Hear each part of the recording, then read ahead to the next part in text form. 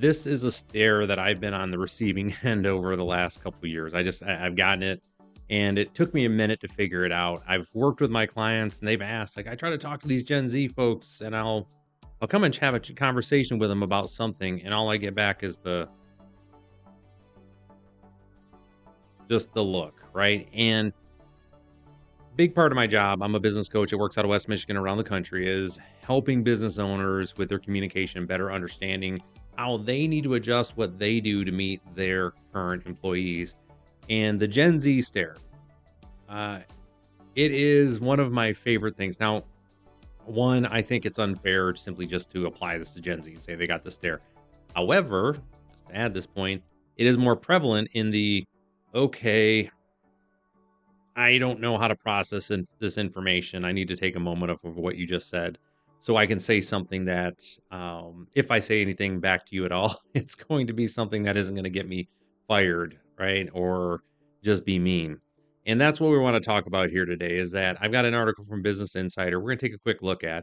And I'm going to share what I've talked with my clients with about what the Gen Z stare actually means, what's behind it, and why it's incumbent upon us, again, me being old, right? I'm 46, and those folks that are older than me to understand exactly and unlearn those behaviors that are driving this behavior from our younger employees. All right. So those who don't know, my name is Ryan Howe. I'm a business coach that works out of West Michigan around the country.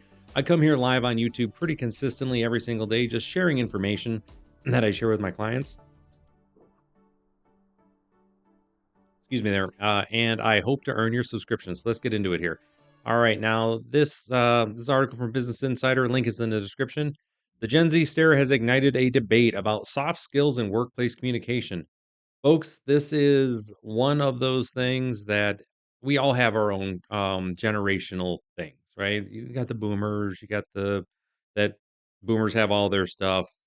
Gen X, millennials, we all have our own things that kind of define us. And in this one, Gen Z is one of my favorite. I love Gen Z because they've just had it.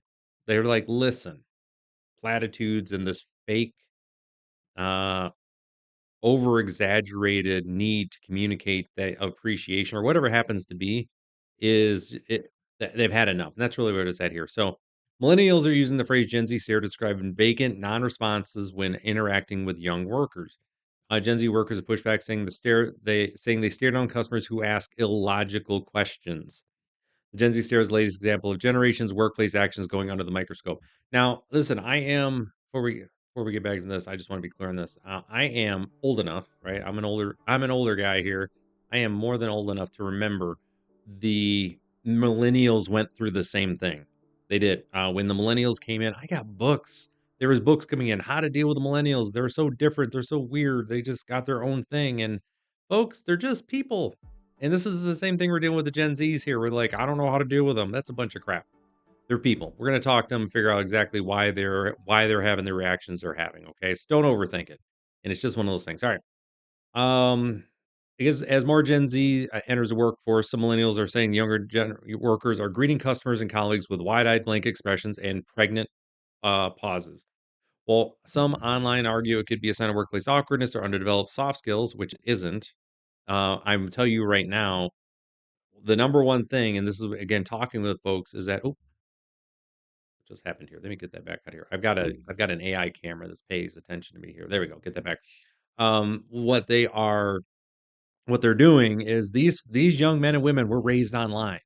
They were raised in the trenches of troll culture, of how to basically burn anyone for saying dumb crap and just being saying stupid things and illogical. Again, is the phrase they use here.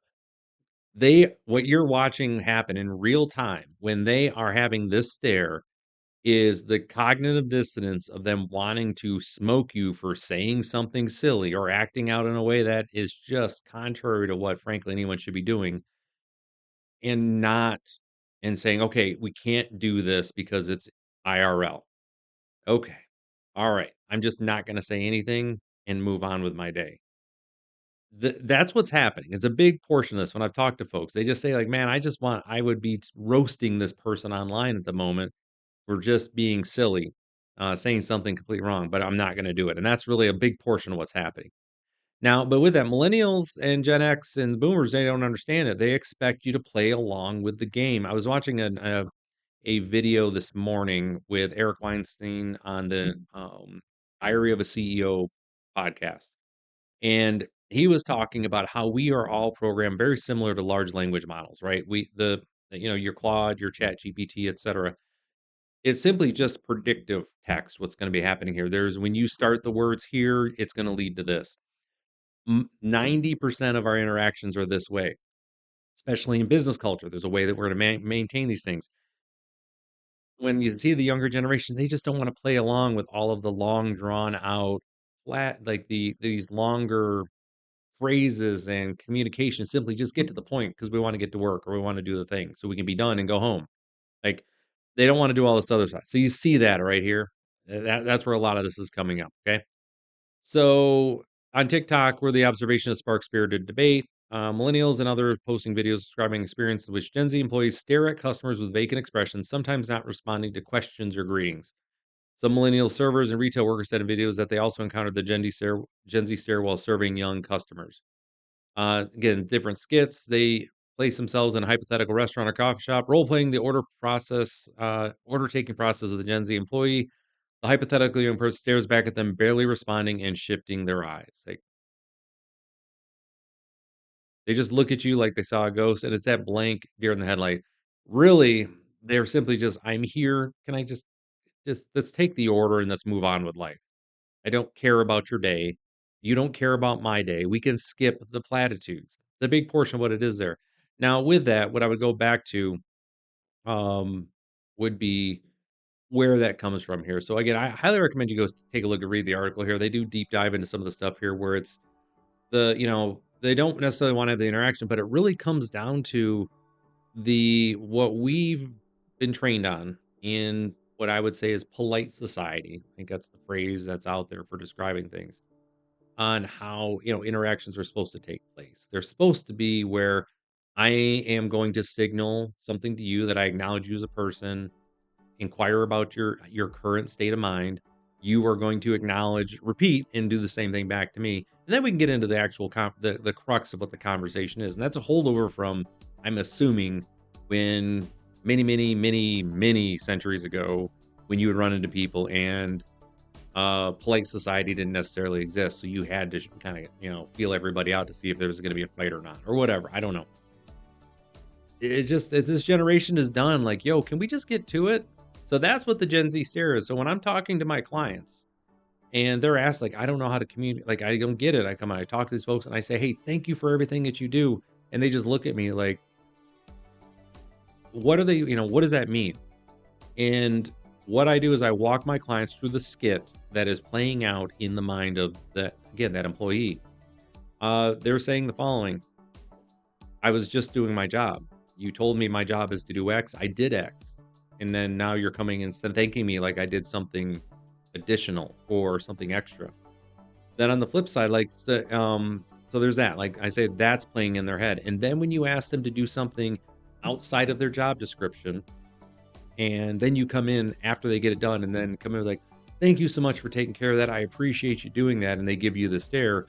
What's typically playing in their mind is, because I've been this guy, is yeah, you're welcome for me doing something that you're not paying, that I wasn't hired to do. You're not paying me to do, but I took care of it because I need this job so that way I can afford to eat and have a place to live, and I don't end up homeless. So yeah, whatever. That's what's playing on the soundtrack of their mind versus what's actually happening. So that's really what it is, folks. When they talk about the stare, it's cognitive dissonance, to where they're trying to process information to make sure that they don't say anything that's going to jeopardize their overall job. Like that's it. That's really what it is, folks. So again, go check out the article, links in the description. I appreciate everybody who hung out this long. Yeah, and again, I appreciate all the subscribers that I do have here.